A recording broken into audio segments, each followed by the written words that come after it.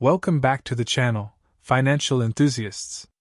In today's video, we're going to dive deep into four healthcare giants that have been making waves in the market: Abbott Laboratories, Danaher Corporation, Novo Nordisk, and UnitedHealth. Each of these companies plays a pivotal role in the healthcare sector, and their performance metrics provide us with crucial insights into their growth potential, profitability, and investor appeal.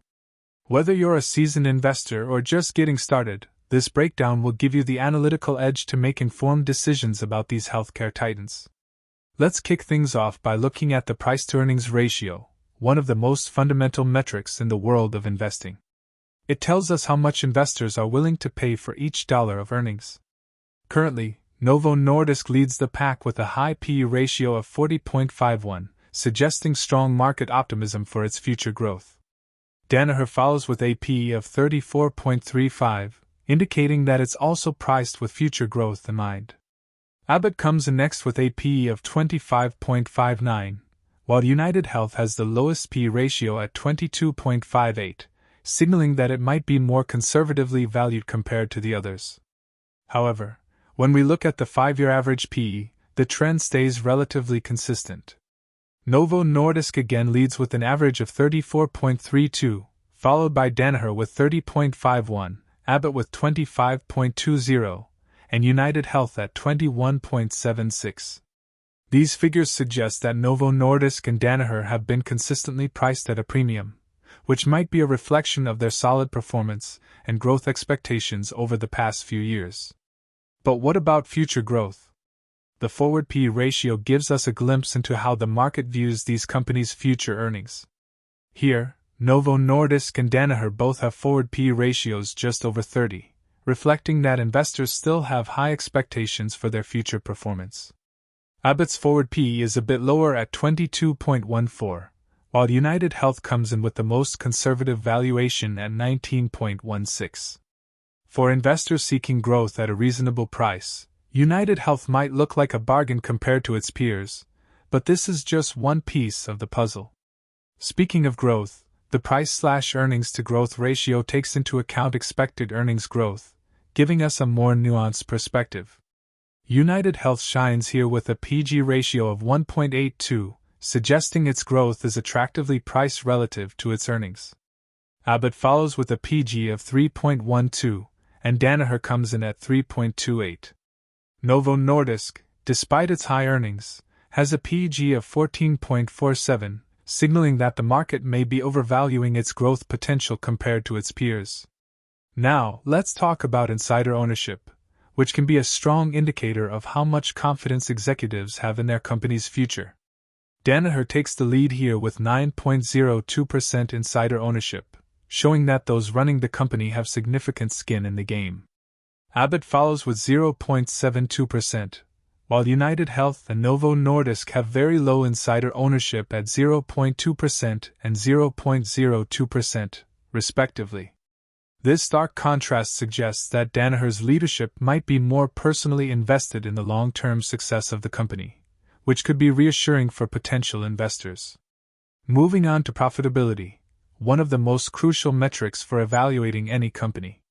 Return on equity, return on assets, and return on invested capital are essential indicators of how effectively these companies are generating profits from their resources. Novo Nordisk is the clear leader in return on equity, boasting an impressive 88.62%, far ahead of its competitors. UnitedHealth follows with a solid 16.43% return on equity, while Abbott and Danaher trail with 14.47% and 8.36%, respectively. When it comes to return on assets, Novo Nordisk again dominates with 27.68%, demonstrating its efficiency in using assets to generate earnings. Abbott posts a respectable 7.56%, while Danaher and UnitedHealth have return on assets of 5.19% and 4.98%, respectively. This indicates that Novo Nordisk is the most efficient at turning its assets into profits, making it a standout in this category. Looking at return on invested capital, Novo Nordisk continues to impress with a massive 72.66%. UnitedHealth comes next with a return on invested capital of 19.25%, followed by Abbott at 13.15% and Danaher at 8.78%. Novo Nordisk's ability to generate such high returns on its invested capital is a testament to its operational efficiency and profitability, making it a standout in this sector. Next, let's examine the evolution of shares outstanding, which can have a significant impact on shareholder value. Novo Nordisk has been actively reducing its share count with a compound annual growth rate of -1.77%, indicating a shareholder-friendly approach through buybacks. Abbott, on the other hand, has been increasing its share count by 1.5% compound annual growth rate, possibly raising capital for growth initiatives. Both Danaher and UnitedHealth have maintained a flat share count, suggesting stability in their capital structure. In terms of earnings per share or EPS, UnitedHealth is the clear leader with an EPS of $26.43, far outpacing its competitors. Danaher follows with an EPS of $7.75, Abbott with $4.45, and Novo Nordisk with $3.24. But the current EPS doesn't tell the whole story. It's important to also look at expected growth over the next 5 years. UnitedHealth again leads with a projected EPS growth rate of 12.38% compound annual growth rate, followed by Danaher with 10.47%, Abbott with 8.2%, and Novo Nordisk with a more modest 2.8%. Historically, all four companies have shown strong EPS growth over the past decade. Novo Nordisk leads with a remarkable 17.25% compound annual growth rate, reflecting its rapid expansion. UnitedHealth follows closely with an 18.58% compound annual growth rate, while Abbott and Danaher posted EPS growth rates of 9.42% and 8.63%, respectively. These numbers suggest that all four companies have been able to grow their earnings consistently, making them attractive options for long-term investors. Looking at the free cash flow per share, which is a crucial indicator of a company's ability to generate cash, UnitedHealth shines with a compound annual growth rate of 17.37% over the last decade. Novo Nordisk follows with 12.28%, Abbott with 7.4%, and Danaher with 4.38%. This strong cash flow generation is particularly important for sustaining dividends and funding future growth initiatives. For dividend-focused investors, Abbott offers the highest yield at 1.93%, with quarterly payments of 55 cents and 10.44% dividend growth over the last decade. UnitedHealth follows with a yield of 1.41% and quarterly payments of $2.10. However, its growth is more spectacular with almost 20% dividend growth during the last 10 years. Continuing with Novo Nordisk, despite its strong profitability, offers a more modest yield of 1.1%, with semi-annual payments ranging between 93 cents and 52 cents. In this case, the dividends payments are too inconsistent despite its spectacular compound annual growth rate of 13.29%. Finally, Danaher offers the lowest yield at 0.41%, with quarterly payments of 27 cents and almost 15% dividend growth. All four companies have an excellent dividend growth trajectory, but its initial dividend yield is not as high as other companies in the healthcare sector like Abbott or Johnson & Johnson that I analyzed a few months ago. Additionally, these companies have demonstrated a strong commitment to returning capital to shareholders through dividend growth, which is a positive signal for income-focused investors. Now let's examine the operating and profit margins, which give us a clear view of these companies' efficiency and profitability. Novo Nordisk leads with an impressive operating margin of 43.25% and a profit margin of 34.86%, reflecting its strong pricing power and cost efficiency. Danaher comes next with an operating margin of 21.49% and a profit margin of 16.94%. Abbott's margins are slightly lower, with an operating margin of 16.24% and a profit margin of 13.59%. UnitedHealth has the lowest margins, with an operating margin of 7.79% and a profit margin of 3.68%. Despite its lower margins, UnitedHealth's strong EPS and free cash flow generation show that it compensates with higher volumes and scale. When we look at the evolution of revenue and earnings over the last 8 years, both Novo Nordisk and UnitedHealth show a very positive evolution. Their financial performance has been reflected in their market prices, with both companies delivering higher total returns than the S&P 500 ETF, VO, over the last 5 years.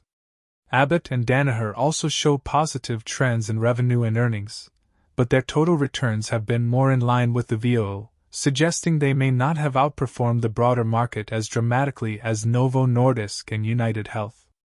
Finally, let's take a look at their debt levels. Novo Nordisk is the least leveraged, with a debt/EBITDA ratio of 0.20 and a debt/free cash flow ratio of 0.34, indicating very conservative use of debt. UnitedHealth also maintains a healthy debt profile with a debt/EBITDA ratio of 2.26 and a debt/free cash flow ratio of 2.39. Abbott and Danaher have higher debt levels, with debt/EBITDA ratios of 1.51 and 2.69, and debt/free cash flow ratios of 2.76 and 3.83, respectively. In terms of market capitalization, Novo Nordisk leads with a whopping $580.74 billion, followed by UnitedHealth at $551.17 billion. Abbott and Danaher are smaller, with market caps of $198.10 billion and $192.25 billion, respectively. All 4 companies have delivered positive price returns over the last 52 weeks, with Novo Nordisk again leading the way with a 37.14% return, followed by UnitedHealth at 25.15%, Abbott at 12.11%, and Danaher at 3.58%. Now, let's talk about the crystal ball moment: analyst expectations and fair values. Analysts have set varying price targets for these companies over the next 12 months. Abbott has a price target of $124.28, representing an upside of 9.15% from its current price of $113.86. My fair value estimates tell a very different story. For me, Abbott is close to its fair value at $93.35, suggesting it is currently overvalued. Continuing with Danaher's price target is $285.87, which actually represents an upside of 7.39% from its current price of $266.20, indicating that analysts see the stock as potentially undervalued. And for me, Danaher, with a fair value of $215, appears currently overvalued. Now, Novo Nordisk has a price target of $144.23, with an upside of 9.98% from the current $131.14. The values that you see in the graphic are in Danish krones. And for me, with a fair value of $103.74 can indicate a reasonable price but slightly overvalued. Maybe 1 year ago it was more well valued. Finally, UnitedHealthcare's price target is $622.65, representing a modest upside of 4.32% from its current $596.88, with a fair value for me of $573.80, which is close to the current price and can indicate a fair valuation. These valuations indicate that while there is some potential for growth, investors should tread carefully and consider these stocks' current pricing relative to their intrinsic values. In conclusion, each of these healthcare giants has its own strengths and weaknesses. Novo Nordisk stands out for its strong profitability, growth, and efficiency, while UnitedHealth excels in EPS and cash flow generation. Abbott and Danaher are solid performers with stable growth and profitability, but they may not offer the same upside potential as Novo Nordisk or UnitedHealth. Your investment choice will depend on your financial goals and risk tolerance.